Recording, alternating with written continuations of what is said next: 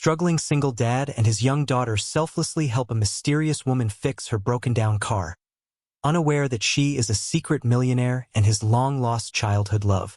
"Daddy, is that lady crying?" The rain hammered down on the thin metal roof of their worn-out pickup truck, a relentless drumming that seemed to echo the desperate thudding in Ethan's own chest. Each drop that splattered against the windshield was a tiny reminder of his failures, blurring the already gray and unforgiving world outside into a series of weeping streaks of light. He gripped the steering wheel, his knuckles white and stark against his callous skin, his gaze fixed on the road ahead, as if he could somehow will a better future into existence through sheer force. The truck's engine sputtered a weary protest, a sound he knew all too well, the mechanical sigh of a machine pushed far beyond its limits, much like himself. Beside him, his daughter, Lily, sat with a quiet dignity that belied her 6 years, her small hand resting gently on his arm, a silent offering of comfort that was both a profound blessing and a source of unbearable guilt. He was failing her.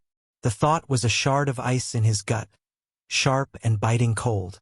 He had promised her stability, a warm home without a persistent drip in the kitchen, a life where her biggest worry was which crayon to use next, not whether her father's hollow eyes would finally shatter.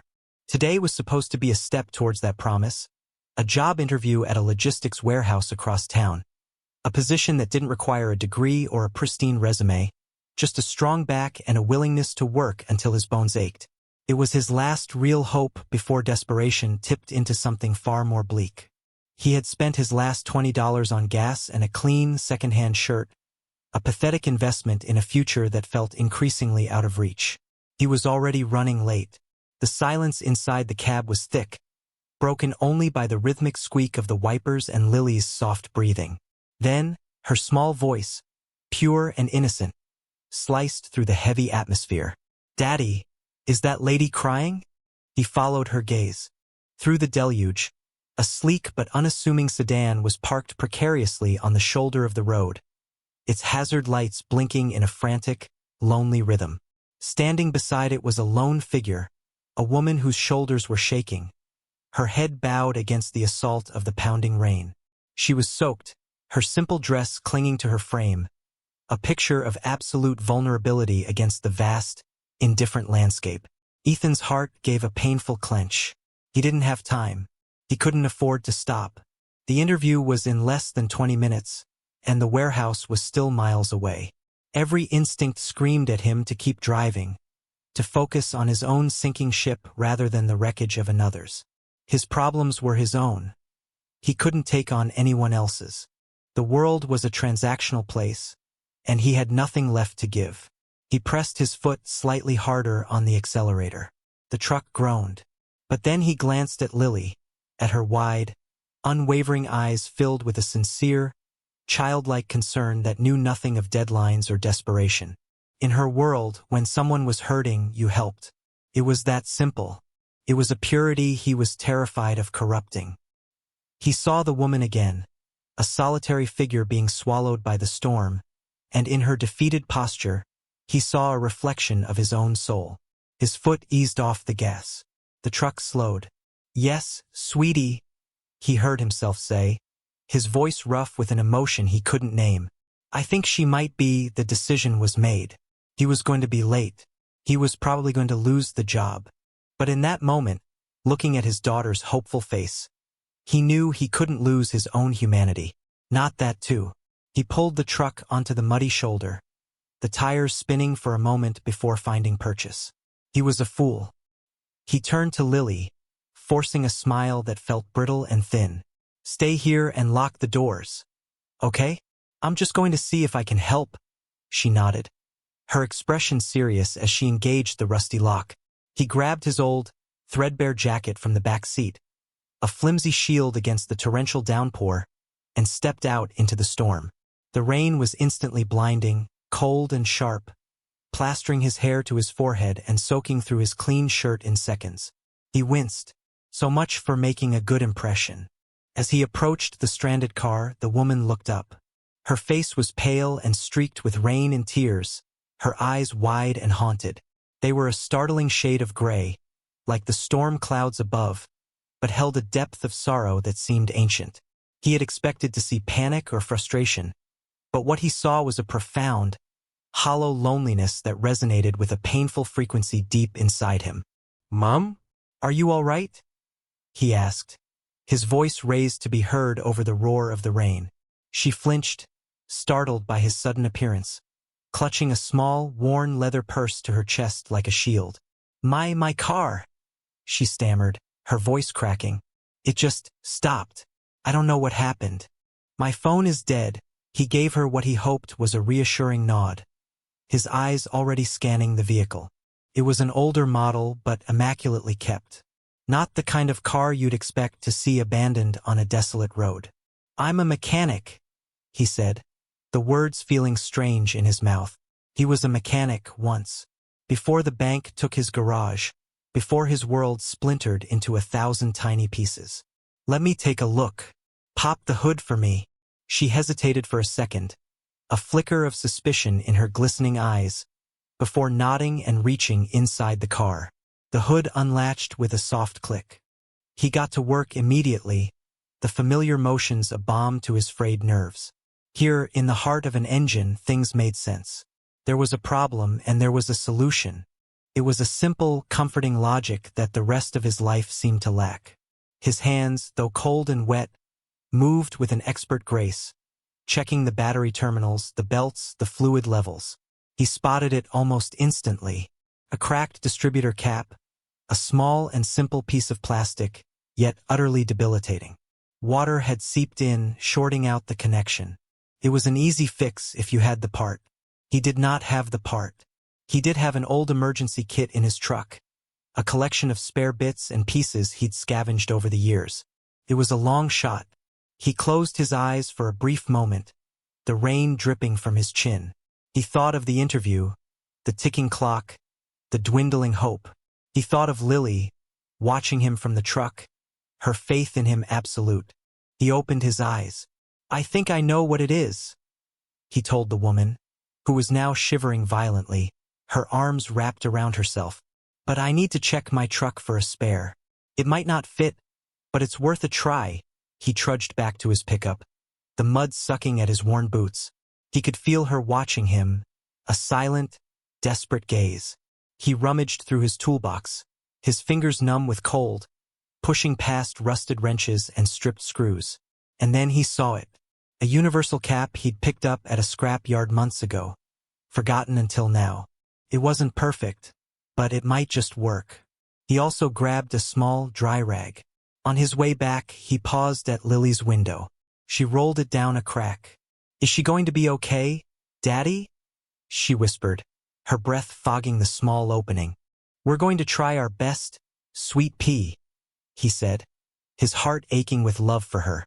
He noticed she was clutching one of her drawings, a colorful picture of a smiling sun surrounded by a rainbow. He returned to the woman, whose trembling had worsened. "Here," he said, handing her the dry rag. "Try to dry your hands." She took it with a grateful, unspoken whisper. The next 10 minutes were a blur of focused effort. He worked carefully, his movements precise despite the punishing weather, shielding the delicate electronics from the rain with his own body. The woman, Serafina, though he didn't know her name yet, stood by silently, watching his hands. She watched the way they moved with such confidence and care, the way he treated her broken-down engine with a gentleness that seemed almost sacred. She watched him wince as he scraped his knuckles, saw the smear of grease on his cheek, and felt a seismic shift in her own chest. In her world, help always came with an invoice. Kindness was a currency. Yet here was a man, clearly struggling himself, giving his time, his expertise, and his warmth without a single question. He was giving her a piece of himself. He didn't know it yet, but this moment would change everything for them both. Finally, he secured the new cap. "Okay," he said, his voice tight with anticipation. "Try to start it now." She slid into the driver's seat, her movements stiff with cold. She turned the key.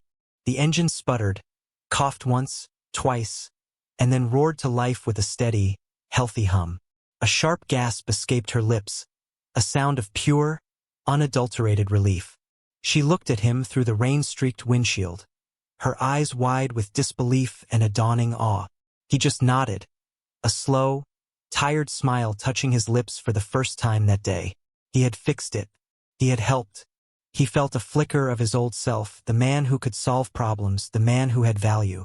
The feeling vanished as he remembered the time. He was hopelessly late now. The job was gone. But as he looked at the woman's face, at the raw gratitude etched there, he couldn't find it in himself to regret his choice. She got out of the car, the rain seeming to matter less now. I don't know how to thank you," she said, her voice thick with emotion. "You have to let me pay you. Please." She reached for her purse. "No," he said, shaking his head firmly. "I'm just glad I could help. Just pay it forward sometime." Before she could protest further, Lily was there, having slipped out of the truck with her drawing clutched in a plastic bag to protect it from the rain. She shyly held it out to the woman. "This is for you," she said softly. "So you won't be sad anymore." The woman froze. She looked from the child's sincere face to the colorful drawing of the sun. It was a simple, innocent offering of pure kindness. For Serafina, a woman who lived in a world of polished marble and sterile contracts, a world where every interaction was a negotiation, this small, selfless gift was more precious than any stock option or acquisition. It was a light in a darkness she hadn't even realized she was lost in. A single, perfect tear traced a clean path through the rain and grime on her cheek. She knelt, her eyes level with Lily's. "Thank you," she whispered, her voice cracking. "This is the most beautiful thing I have ever seen." She took the drawing with a reverence that stunned Ethan. He felt a sudden, urgent need to leave, to escape this raw, unspoken emotional exchange before it consumed him. "We have to go, Lily," he said gently, placing a hand on his daughter's shoulder. "Ma'am, you have a safe drive." He turned and walked away, not waiting for a reply. He bundled Lily back into the truck and started the engine, not looking back. He drove away, leaving the woman standing in the rain, clutching a child's drawing of a sun as if it were a sacred artifact. Serafina watched the rusty pickup truck disappear into the gray mist, a profound ache in her chest. She hadn't even gotten his last name. She only had a first name, Ethan, and a drawing. It was not enough. And yet, she knew, with a certainty that shook her to her very core, that she had to find him. Her life depended on it. The drive to the warehouse was silent and heavy, the temporary victory of the roadside repair dissolving into the grim reality of his situation. The clock on the dashboard, which he had long tried to ignore, now seemed to mock him with its glowing red numbers. He was 45 minutes late. There was no point. Still, some stubborn part of him, the part that refused to be completely shattered, compelled him to see it through. He had to show Lily that they didn't give up, even when the odds were impossibly stacked against them. He pulled into the vast, impersonal parking lot of the logistics facility, finding a spot far from the entrance as if to physically manifest his own diminished status. The rain had softened to a miserable drizzle. "Wait here for me, sweetie," he said, turning to Lily. "I won't be long." He saw the worry in her eyes, but she just nodded, her little face pressed against the cold glass of the window. He walked towards the imposing building, his clean shirt now damp and wrinkled, a smear of grease prominent on his cheek that he didn't know was there. He felt like an imposter, a beggar at the gates of a kingdom he could never enter. The receptionist, a woman with a severe haircut and an air of bored impatience, looked him up and down with a barely concealed sneer. "You're late," she stated, not as a question, but as a final judgment. "My name is Ethan. I had an appointment with Mr. Davies for the warehouse position," he explained, trying to keep his voice steady. "I'm sorry, my truck. There was an issue on the road." She didn't even look up from her computer screen. "Mr. Davies is a busy man. He doesn't wait." The finality in her tone was like a door slamming shut in his face. Could I leave a message? Or reschedule?" he asked, his voice smaller now, the hope draining from him like sand through his fingers. "We'll call you," she said, a lie so blatant it was almost cruel. He knew they wouldn't. He turned and walked out, the sterile silence of the lobby replaced by the soft hush of the rain. The walk back to the truck felt 100 miles long.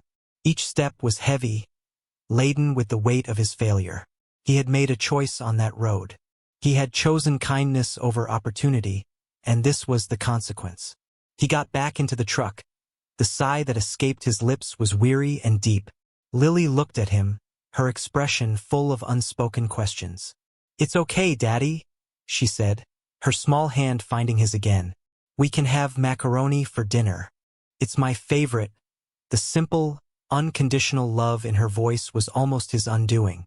A sob caught in his throat, hot and sharp, and he had to clench his jaw to keep it from escaping. He couldn't break down. Not in front of her. He was her rock, her protector. He couldn't let her see how brittle he had become. He started the truck. Total silence.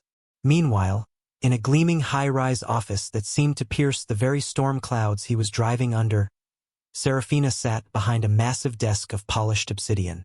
The city sprawled beneath her, a collection of tiny, insignificant lights.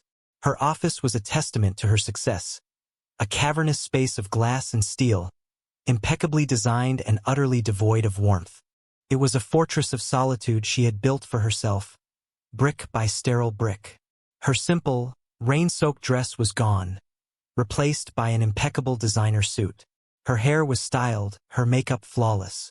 She was the picture of commanding power. But her eyes, those same stormy gray eyes, were fixed on the object lying in the center of her desk. A child's drawing of a smiling sun, its colors bright and innocent against the stark black surface. The paper was slightly wrinkled from the rain, a small, tangible piece of a reality she had almost forgotten existed. For years, her life had been a series of strategic moves, of calculated risks and ruthless acquisitions. She had inherited her father's empire and had doubled its worth, driven by a relentless need to prove herself, to fill the hollow space left by a past tragedy she never spoke of. She had surrounded herself with people who wanted something from her, whose smiles were as carefully constructed as her balance sheets. She had forgotten the feeling of a genuine human connection, untainted by motive or agenda. The man on the side of the road, Ethan, had reawakened something in her. His quiet dignity in the face of his own obvious hardship, his selfless refusal of payment, his gentle hands so skilled and sure, it had all pierced the armor she had so carefully constructed around her heart. And his daughter, Lily, with her simple, profound gift, had delivered the final blow. It was a purity she thought no longer existed in the world. It was a light, and she was a moth drawn irresistibly towards it. She buzzed her assistant on the intercom, her voice crisp and authoritative, betraying none of the emotional turmoil raging within her. "Mark, I need you in here." A moment later, a man in a sharp suit entered, his expression one of perfect deference. Mark was more than an assistant. He was her fixer, her chief of staff, a man of immense discretion and resourcefulness. "Ms. Vance," he said, his eyes flicking momentarily to the drawing before returning to her face. She slid the drawing across the desk. "I need you to find someone for me," she said, her voice low and intense. "His name is Ethan. He has a daughter named Lily, about 6 years old. They drive an old, beaten-up blue pickup truck. That's all I have." Mark's eyebrows rose slightly, the only sign of his surprise. He was used to tracking down corporate rivals and elusive investors, not anonymous Good Samaritans. "Do you have a location? A time frame?" "This afternoon. On the old highway heading out past the river," she replied, her gaze unwavering. "He's a mechanic, a very good one." He might be struggling. The word felt inadequate to describe the weary sadness she had seen in his eyes. "Find him, Mark. Use every resource we have. I want to know everything. His last name, where he lives, what he needs. But you will be discreet. He is not to know he's being looked for. This is a matter of the utmost importance." Mark nodded, his expression unreadable.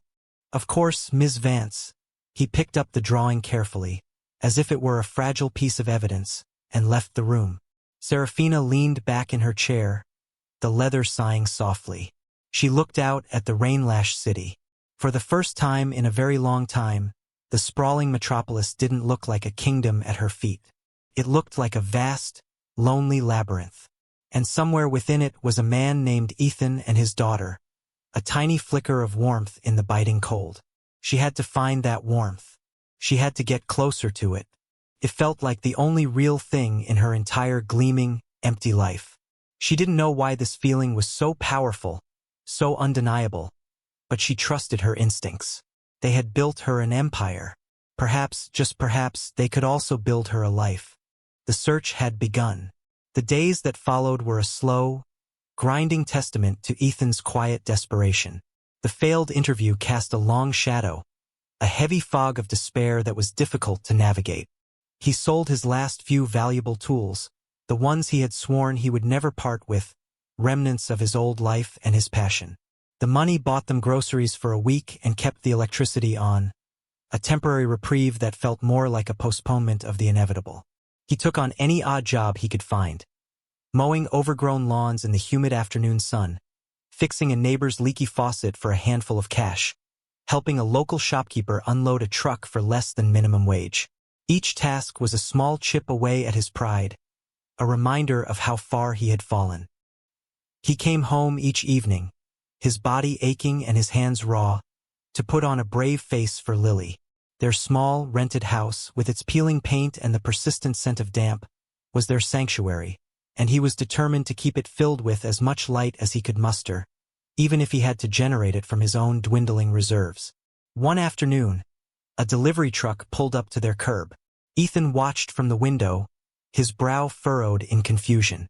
A man in a uniform carried 2 large boxes of groceries to their doorstep. "I think you have the wrong house," Ethan said as he opened the door. The delivery man checked his clipboard. "Ethan Miller? 121 Oak Street?" he asked. Ethan nodded, stunned. "This is for you." It's all paid for. Before Ethan could ask who had sent it, the man was back in his truck and driving away. He and Lily brought the boxes inside. They were filled to the brim with fresh fruit, vegetables, meat, pasta, and even a small chocolate cake. It was more food than they had seen in months. Lily's eyes were wide with wonder. "Is it magic, Daddy?" she asked, her voice hushed with awe. Ethan looked at the bounty spread across their small kitchen table, a lump forming in his throat. "Something like that, sweetie," he whispered. He had no idea where it came from. A church charity, maybe? A mistaken delivery he was too desperate to correct? He didn't know, but for the first time in a long time he felt a sliver of hope. A few days later, a crisp white envelope appeared in their mailbox. It had no return address. Inside was a money order for the exact amount of their overdue utility bill. There was no note, just the sterile, official paper that represented another month of light and water. Ethan stared at it for a long time, his heart pounding in his chest. This wasn't a mistake. It wasn't a charity. Someone was watching over them. An anonymous guardian angel. The thought was both comforting and deeply unsettling. Who would do this? And why? He had no wealthy friends, no family left to speak of. It made no sense. He never connected these strange, miraculous events to the woman on the side of the road. She was a fleeting memory, a brief intersection of 2 desperate lives, a story he had already filed away. He was too consumed by the daily struggle for survival to see the larger pattern forming around him. From her perch high above the city, Serafina Vance consumed every detail of Ethan Miller's life. Mark's reports were thorough, delivered daily in a sleek, confidential file. She learned about his wife, Sarah, who had died 2 years ago after a long illness, leaving him with a mountain of medical debt. She learned about the garage, Miller and Sons Auto, a business his father had started, which Ethan had run with pride and skill until the debt became insurmountable and the bank foreclosed. She saw pictures of the garage, now boarded up and derelict, a monument to his shattered dreams. She read about his quiet acts of kindness in the neighborhood, fixing an elderly woman's car for free, sharing his meager groceries with the family next door. She learned about his unwavering dedication to Lily, how he read to her every night, how he helped her with her drawings, how he shielded her from the harsh realities of their poverty with a fierce, gentle love. With each new piece of information, The feeling in her chest intensified. It was a mixture of profound admiration and a deep, resonant ache. This was a good man. A man of quiet, dignified strength, being crushed by the indifferent machinery of the world. Her anonymous interventions were a start, a way to ease his immediate burdens. She had arranged the grocery delivery through a high-end concierge service, the utility payment through a discreet third-party firm. They were simple acts for her, the monetary cost insignificant, but the emotional investment was enormous. She found herself thinking about him constantly, about the weary sadness in his eyes, the grease on his cheek, the gentle way he spoke to his daughter. He was becoming more real to her than anyone in her own life. She felt a desperate need to see him again, not as a powerful CEO or a secret benefactor, but just as a person. She needed to know if the kindness she had witnessed in the storm was real, or just a fleeting aberration. Mark's latest report provided an opportunity. It mentioned that Ethan and Lily spent every Saturday afternoon at the local public park, the one with the old willow trees and the duck pond. It was their one weekly outing, a simple, free pleasure. Serafina knew what she had to do. That Saturday, she dressed down in simple jeans and a soft sweater, leaving her armor of power and wealth behind in her sterile apartment. She drove a nondescript company car to the park, her heart thudding with a nervous energy she hadn't felt in years. She felt like a teenager on a first date. The thought was so absurd it made her smile. She saw them near the pond. Ethan was pushing Lily on a swing, a genuine, unforced smile on his face as Lily's laughter echoed in the crisp autumn air. The sight was so pure, so beautiful. It made Serafina's breath catch in her throat. This was what was real. This was what mattered. She waited, her courage faltering, watching them from a distance.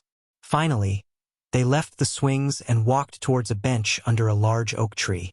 This was her chance. Taking a deep breath, she began to walk towards them, rehearsing a casual opening line in her head. She would pretend to be a stranger, strike up a conversation. It was a simple plan. But as she got closer, she saw Ethan's face.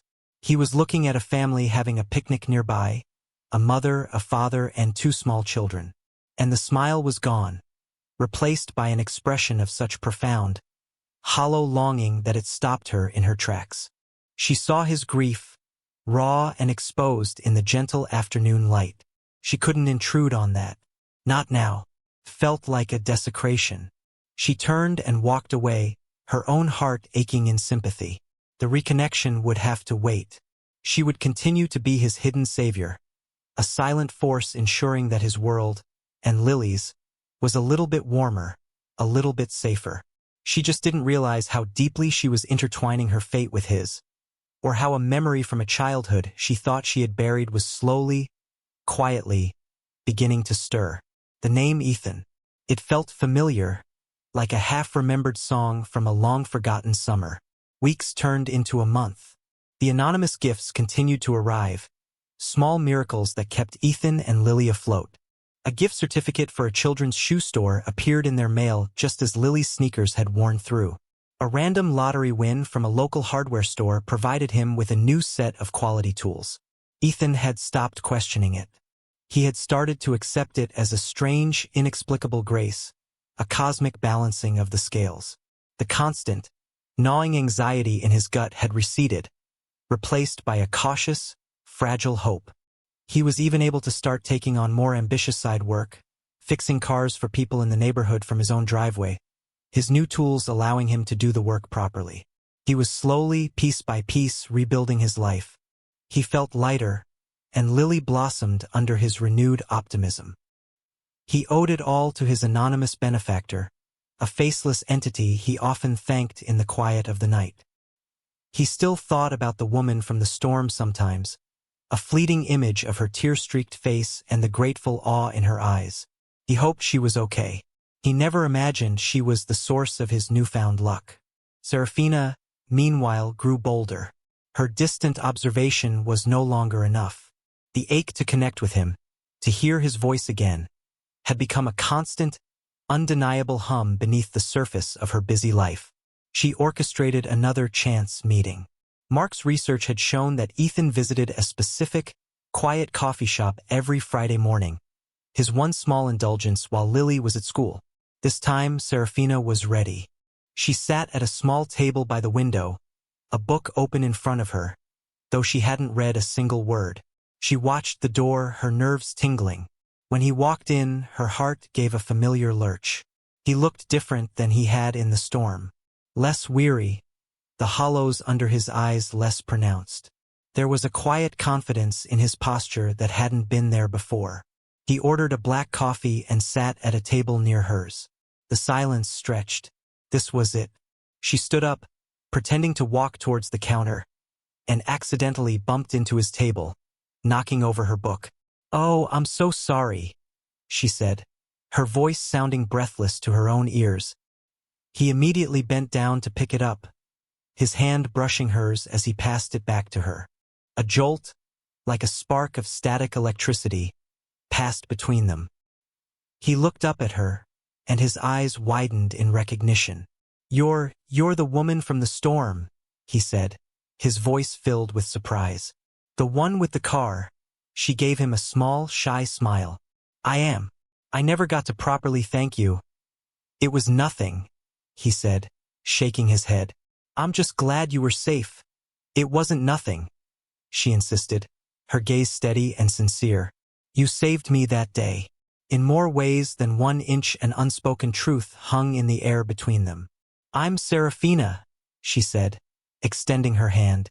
"Ethan," he replied, taking it. His grip was firm, his hand calloused but warm. "It's nice to finally meet you properly, Ethan." The conversation that followed was easy and natural, flowing like a gentle river. They talked about the weather, about the coffee, about nothing and everything. She was careful not to reveal anything about her life, presenting herself as a freelance graphic designer who worked from home, a plausible excuse for her flexible schedule and comfortable clothes.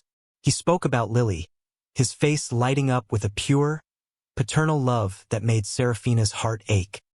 He told her about his side work fixing cars, the pride in his voice evident as he spoke of his craft. He didn't mention his struggles, his poverty, or the strange gifts that had been appearing. He maintained his quiet dignity. They sat there for over an hour, two strangers forging a connection in the warm, amber hue of the coffee shop. When he finally had to leave to pick up Lily, there was a shared reluctance to say goodbye. "Maybe," Serafina started, her courage surging, "we could do this again sometime?" A slow smile spread across Ethan's face, reaching his eyes and making them shine. "I'd like that," he said, and so began their quiet courtship. They met for coffee every Friday. They took walks in the park, this time together, with Lily happily running ahead of them, chasing squirrels. They fell into a comfortable rhythm, a friendship blossoming on the foundation of that first, selfless encounter. One evening, after a particularly lovely afternoon at the park, Serafina invited them back to her place for dinner. It wasn't her cavernous penthouse, but a smaller, cozier apartment she kept for just such occasions. A place that didn't scream billionaire, as Lily slept on the couch, exhausted from the day. They sat in the dimly lit living room, a comfortable silence between them. This was the moment for the confession scene. "Ethan," Serafina began softly, her hands wrapped around a warm mug of tea, "there's something I haven't told you about myself." He looked at her, his expression open and patient, his eyes unwavering. He was a man who knew how to listen. "The day we met, in the storm," she continued, her voice barely a whisper, "I wasn't just crying because my car broke down. I was driving away from the anniversary of my parents' death. They died in a car accident when I was 19. I was driving. It wasn't my fault, the police said, but I've carried that guilt with me ever since." The confession hung in the air, raw and vulnerable. She had never told anyone that before, not with such honesty. Ethan didn't offer empty platitudes or easy reassurances. He simply reached out and placed his hand gently over hers, a gesture of profound, silent empathy. He just sat with her in her pain, letting her know she wasn't alone. After a long moment, he spoke, his voice thick with emotion. "My wife, Sarah," he began. "She was sick for a long time. The doctors, they did everything they could. I was holding her hand when she was gone. For the longest time, I just felt hollow, like the best part of me had been carved out. Lily is what saved me. She's the reason I get up in the morning." He looked over at his sleeping daughter, his love for her a palpable force in the room. "But there's still a space, you know? A silence where her laughter used to be." Serafina's eyes glistened with unshed tears. She saw his grief and he saw hers. They were two broken people who had found a strange, unexpected solace in each other's company. They had forged a bond over their shared tragedies, a connection that went deeper than their simple coffee dates. As he got up to leave, gently waking Lily to carry her home, he paused at the door. "Sarah," he said, using her nickname for the first time. "Thank you for telling me." She just nodded, unable to speak past the lump in her throat.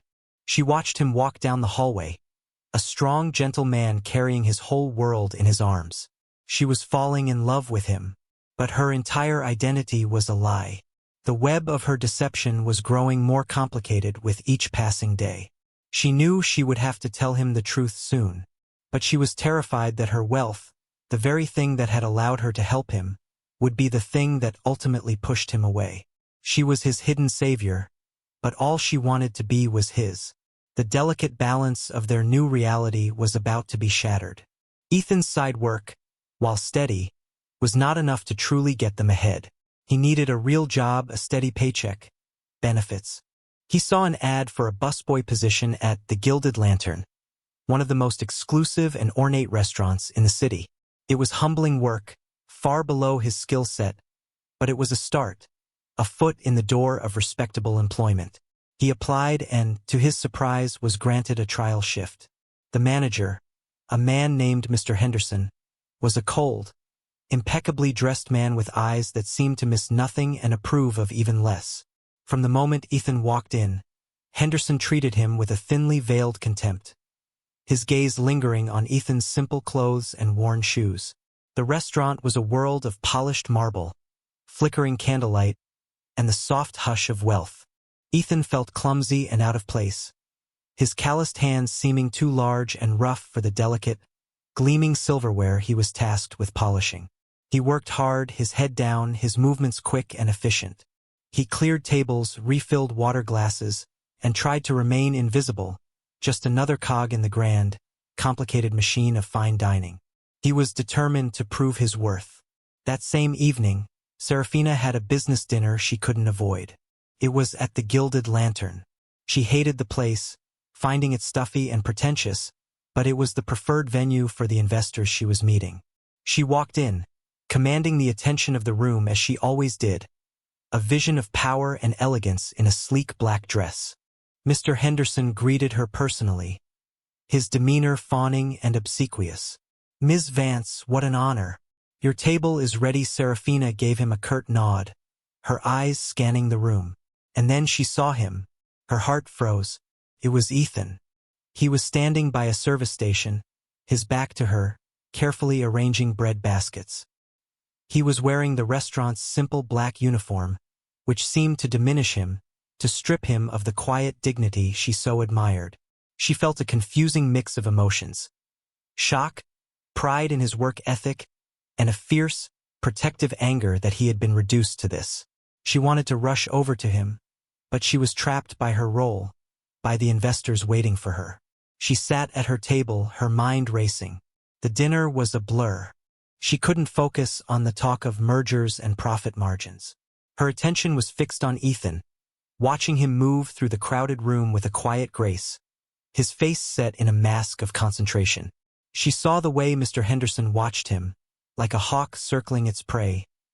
His lips curled in a perpetual sneer. The climax was inevitable.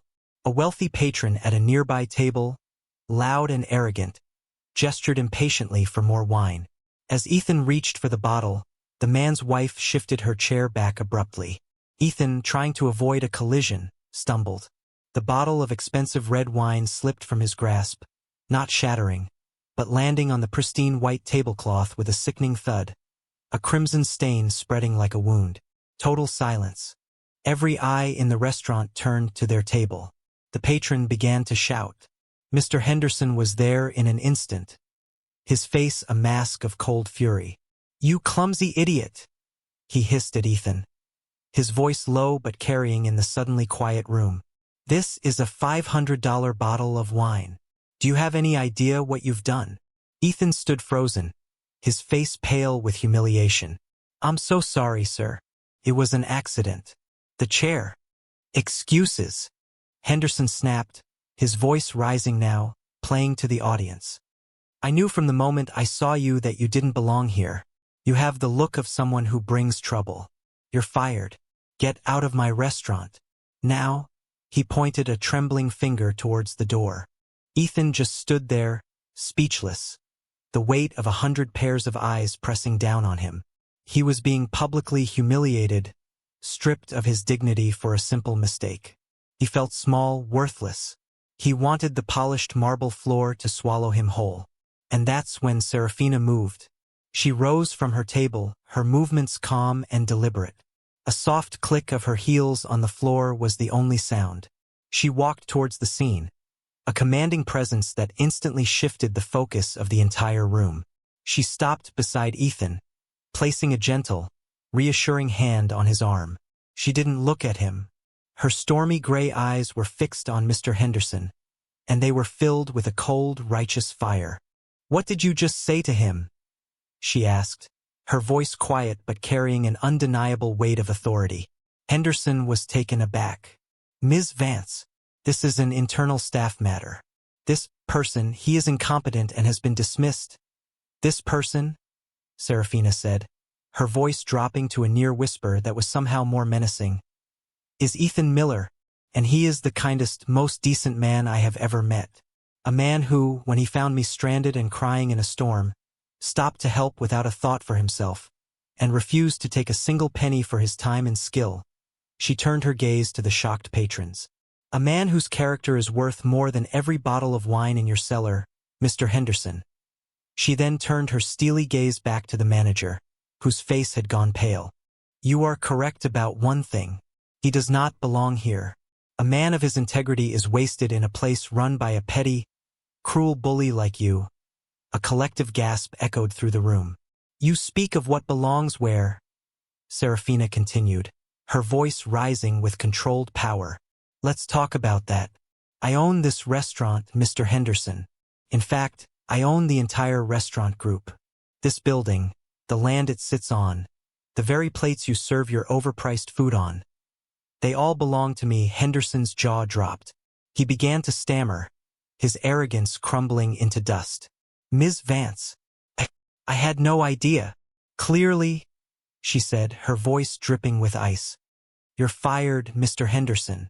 Your behavior is a disgrace to the brand I have built. Have your personal effects cleared out by morning. You are no longer welcome on my property." She then turned to Ethan, her expression softening instantly. The entire room watched, breathless. "Ethan," she said, her voice now filled with a tender warmth that was only for him. "I am so sorry you had to endure that. Would you do me the honor of allowing me to buy back your old garage for you, and provide you with the capital to reopen it, better than ever before?" Ethan stared at her, his mind reeling. Serafina, the quiet graphic designer, owned this place? She was powerful, wealthy. The anonymous gifts, the groceries, the money orders. It was all her. The realization dawned on him with the force of a physical blow. He looked into her eyes, seeing not a powerful CEO, but the same vulnerable woman from the storm, the same warm friend from the coffee shop. He saw her, and he understood. He didn't say anything. He just nodded a single, slow affirmation. His world had just been turned upside down. But in the midst of the chaos, one thing was clear. This incredible woman had just saved him.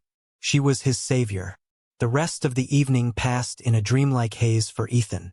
Serafina had her security team discreetly escort a sputtering Mr. Henderson from the premises, while her assistant settled the bill for the stunned investors, ending the business dinner with an unapologetic finality. She led Ethan through a private exit to the quiet, rain-slicked street outside, away from the prying eyes and whispers. The cool night air was a relief after the stuffy, supercharged atmosphere of the restaurant.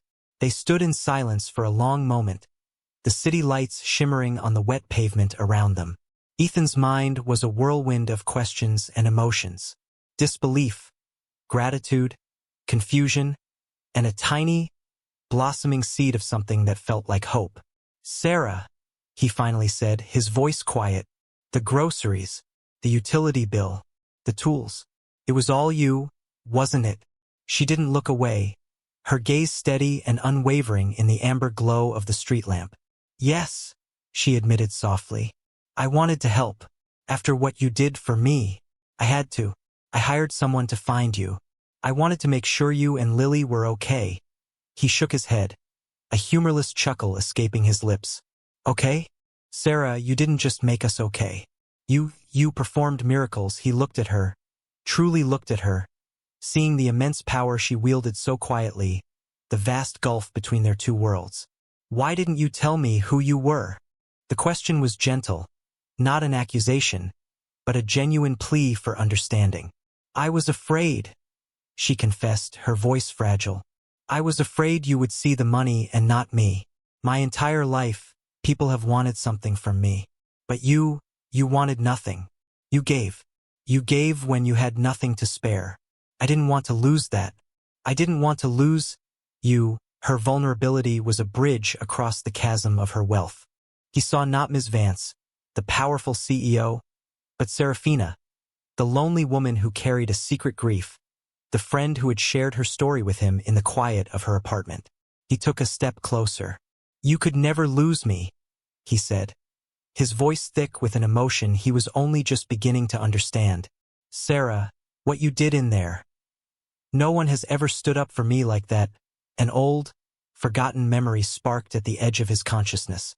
A dusty playground, a scraped knee, a fierce little girl with stormy gray eyes standing up to a bigger boy who had pushed him down. A girl who had shared her lunch with him afterward. A girl whose family had moved away one summer without a goodbye, leaving a small, boy-shaped hole in his heart. "Sarah," he said slowly, the name feeling different on his tongue. "Serafina Vance. Did you used to live on Elm Street?"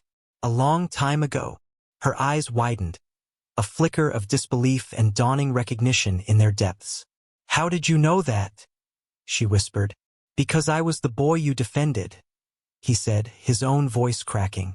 "The boy with the scraped knee. I'm Ethan Miller. But you called me—" A sharp gasp escaped her lips. Her hand flew to her mouth, her eyes shimmering with tears. "Eh? I thought your family moved away after the fire."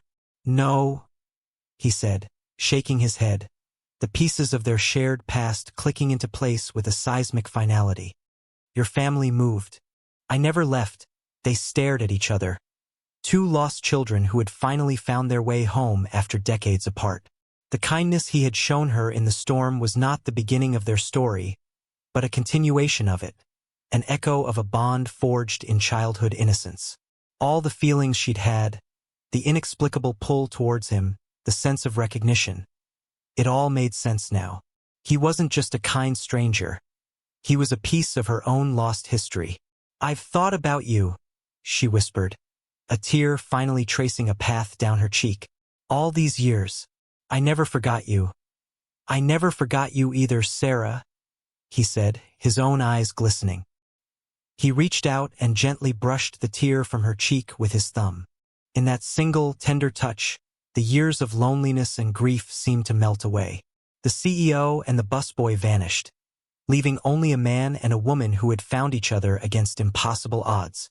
"My whole life," she said, her voice choked with emotion. "I've been building an empire, thinking that was what mattered, but it was all just hollow. Until I found you again. I thought I had lost everything," he replied, his voice a low murmur. "But I was wrong. Everything I ever wanted has been right here all along." He didn't need to say the words. She didn't need to hear them. The unspoken truth of their love, rekindled after so many years, filled the space between them, more powerful than any contract, more valuable than any fortune. She stepped into his arms, and he held her close, a perfect, cathartic embrace under the watchful, silent glow of the city lights.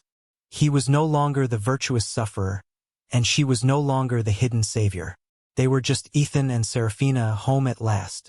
1 year later, the golden afternoon sunlight streamed through the large, open bay doors of Miller and Sons Auto, illuminating dust motes dancing in the air like tiny, joyful sprites. The scent of motor oil, clean metal, and fresh paint filled the air, a perfume of success and renewed purpose. The garage was thriving. It was more than just restored. It was reborn, a state-of-the-art facility with gleaming new lifts and a team of skilled mechanics, all of whom Ethan paid a generous living wage. He was no longer just a mechanic. He was a business owner, a respected member of the community, a man who had reclaimed his father's legacy and his own dignity. He stood leaning against a polished toolbox, wiping his hands on a clean rag, a contented smile on his face. He wore a simple blue jumpsuit with Ethan stitched over the pocket, but he carried himself with the quiet confidence of a king in his castle. A sleek, dark sedan pulled into the driveway, its engine purring softly. Serafina stepped out, looking effortlessly elegant in a simple summer dress. The commanding aura of the CEO was gone, replaced by a soft, happy glow. She was no longer just a name on a building. She was a partner, a friend, a love. She walked towards him, her smile as bright as the afternoon sun. "How's the patient?" she asked, gesturing towards a vintage sports car on the central lift. "Her heart transplant is complete," Ethan said with a playful grin. "She'll be back on the road by tomorrow." "Better than new," Serafina laughed, a sound that was now as familiar and comforting to him as the hum of a perfectly tuned engine. She wrapped her arms around his neck, not caring about the grease on his jumpsuit. He kissed her, a deep, loving kiss filled with the easy intimacy of a shared life. A small figure then burst from the back office, pigtails flying. "Mommy! Daddy! Look!" Lily ran towards them, clutching a piece of paper. In the past year, Sarah had seamlessly become mommy. A transition so natural and filled with love it felt as if she had always been there. Serafina knelt down to look at the drawing. It was a picture of the three of them holding hands in front of the garage. Above them, a giant, smiling sun shone down, surrounded by a rainbow. It was a perfect echo of the drawing that had first reunited them, a beautiful, full-circle testament to their journey. "It's beautiful, sweetie," Serafina said, her voice thick with emotion as she hugged her daughter tightly. "The most beautiful thing I have ever seen." Later that evening, the three of them sat on the wide porch of their new home, a beautiful but not ostentatious house with a large yard that backed onto a forest. It was a home filled with warmth, laughter, and the scent of freshly baked cookies. It was a world away from the tiny, damp rental with the leaky roof. As Lily chased fireflies on the lawn, her laughter tinkling in the twilight air, Ethan and Serafina sat together on the porch swing, moving in a slow, comfortable rhythm. Serafina rested her head on his shoulder, and he draped his arm around her. "Do you ever think about that day?" she asked softly. "In the rain. Every day," he replied without hesitation. "I think about how I almost kept driving, how close I came to losing everything, just because I was scared." "You weren't scared," she said, turning to look at him, her eyes full of love and admiration. "You were brave. You chose kindness when the world had given you every reason to be cruel. That's who you are. It's who you've always been." He smiled, his heart full. "And you," he said, "are the woman who saw a man covered in grease and rain and didn't see someone broken. You saw someone worth saving." "I didn't save you, Ethan," she whispered, her hand finding his. "We saved each other." They sat in a comfortable silence, watching their daughter play under a sky full of stars. They had healed each other's wounds, filled the hollow spaces in each other's hearts. They had built a family from the wreckage of their pasts, a sanctuary forged by a single, selfless act of kindness. The pounding rain of their past had finally given way to a steady, golden glow. Their future was bright. This story is a testament to the profound and often unseen power of a single act of kindness. It reminds us that in a world that often feels transactional and cold, the most valuable currency we possess is our compassion. "Ethan," a man who had lost almost everything, chose to give what little he had left, his time, his skill, his warmth, to a stranger in need, without any expectation of reward. He didn't know that this simple, selfless act would set in motion a chain of events that would not only rescue him from his desperation but also heal a wound from his distant past and lead him to the love of his life. Serafina, a woman who had everything money could buy, was starving for something real. In Ethan's unsolicited kindness and Lily's innocent drawing, she found a purity that reawakened her own heart, reminding her that true wealth is not measured in stock portfolios or corporate assets, but in genuine human connection. Their journey teaches us that we never truly know the impact our actions have on others. A small gesture of help, a moment of empathy, can be a lifeline for someone drowning in a silent storm. It is a reminder that beneath the surface of our daily lives, beneath the roles we play as CEOs or mechanics, we are all just people searching for connection, for healing, and for a reason to hope. The universe has a way of returning the love we put into it, often in the most unexpected and miraculous ways. If this story touched your heart and reaffirmed your faith in the goodness of people, please let us know. We believe that stories like Ethan and Serafina's are more than just entertainment. They are a source of inspiration, a light in the darkness that encourages us to be the best versions of ourselves. Every day, we are presented with choices, small and large, to either turn away from someone's struggle or to stop and offer a helping hand. We hope this narrative inspires you to choose kindness, always.